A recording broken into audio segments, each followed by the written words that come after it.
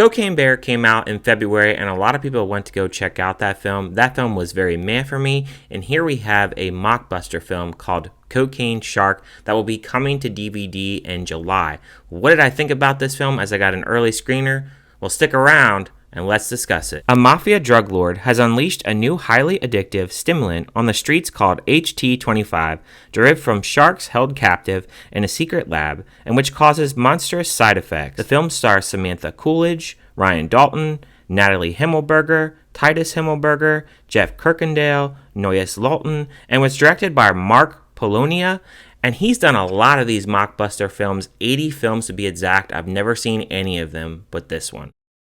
So I'm going to start off by saying, before I even get into this review, this movie is horrible. It's one of the worst movies I've ever seen, and it's definitely the worst movie that I've seen all year long. It's definitely not worth your time, but I'll discuss why it's so bad. So the film, it starts off and it shows the skyline. You're thinking, oh, this is pretty cool, right? So then it cuts to a merry-go-round, and this guy, he picks up his cell phone, and he starts to do his line. I'm like, okay, here we go. Some really bad acting. And then we get shown a bunch of pills, some drugs, we get introduced to all that, and then we cut to a scene where this guy has been kidnapped, this drug lord, and he's going to kill this guy.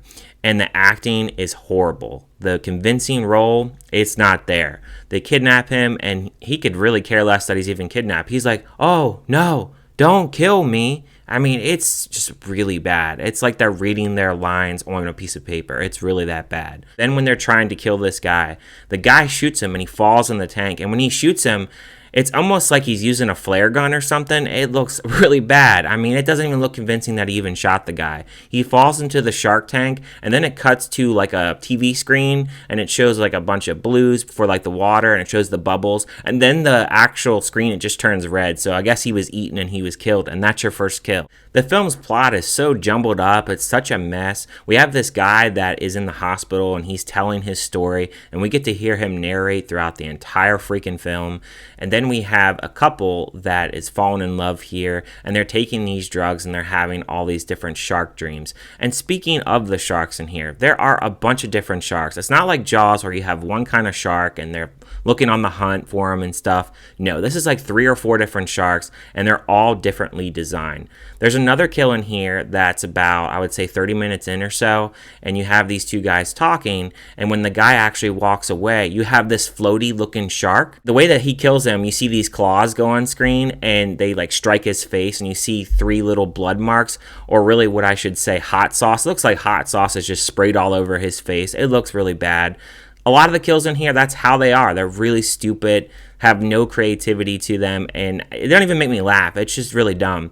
Then we have other parts where we see another shark, and he's swimming in the water. And when he swims, he's swimming like he's a shrimp, the way that he's designed. When he pops out of the water, no joke, guys, he looks like Clipart. If you have seen Clipart before, where you clip onto any kind of thumbnail or anything like that, that's what the shark looks like. And not only that too, but the shark growls. This film, it really finds a way to be very incohesive. None of the characters are exciting at all. None of them can act. The story is absolutely garbage. It really blows my mind that there is a director out there that has done 80 of these kinds of films and is still getting work.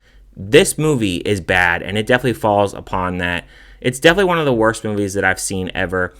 The whole drug portion, I don't even think there's any cocaine in this movie. I don't even know why it's called Cocaineshark. They could have named it something else. But the drugs in here don't really play a part. There's other parts in here where people are getting shot, and like I said, it's like a flare gun. It doesn't even make sense. Like you'll see like in cartoons, you know how they have like the boom part? They'll have that where like a sound will go off and then somebody will just fall over. It's absolutely horrible. There's a scene also where a girl actually punches this guy and then he falls down to the ground. And by the time he's already on the ground, he yells late, ouch, you hit me, basically. Terrible. And the other thing that really bugs me too is this guy has done now 80 films of these kinds of films. And the audio is absolutely crap in here. Dude, if you've made 80 films, you should be able to figure it out by now on what to do with the audio. The audio is out of sync in this. Sometimes you can barely hear them. Sometimes it's too loud. Sometimes it's too far away. Come on, man. 80 films and you can't get the audio right in here. That's what drove me crazy. I could understand if this is a director and they've only done a couple films and they're still learning the ropes. But come on, man. 80 films, there's no excuse for that. As far as a score for this film, I would give it a half star out of 5. If Letterboxd did 0 stars, I would give it 0, but a half star out of 5. I can't say I liked anything about this film, and if you are interested in checking out this film, just don't. Do anything else with your time. I promise you will have more fun than this movie. This movie will just frustrate you, and there's nothing scary in it, and the kills are such garbage in this. Don't bother to waste your time. But thank you guys for watching this review. If you have checked out this film, was it as bad as what I'm saying it is? Or if you haven't checked out this film, are you interested in checking it out? I would say don't, but if you really are interested, go for it. Thank you guys for watching this review, and I will see you guys on my next review.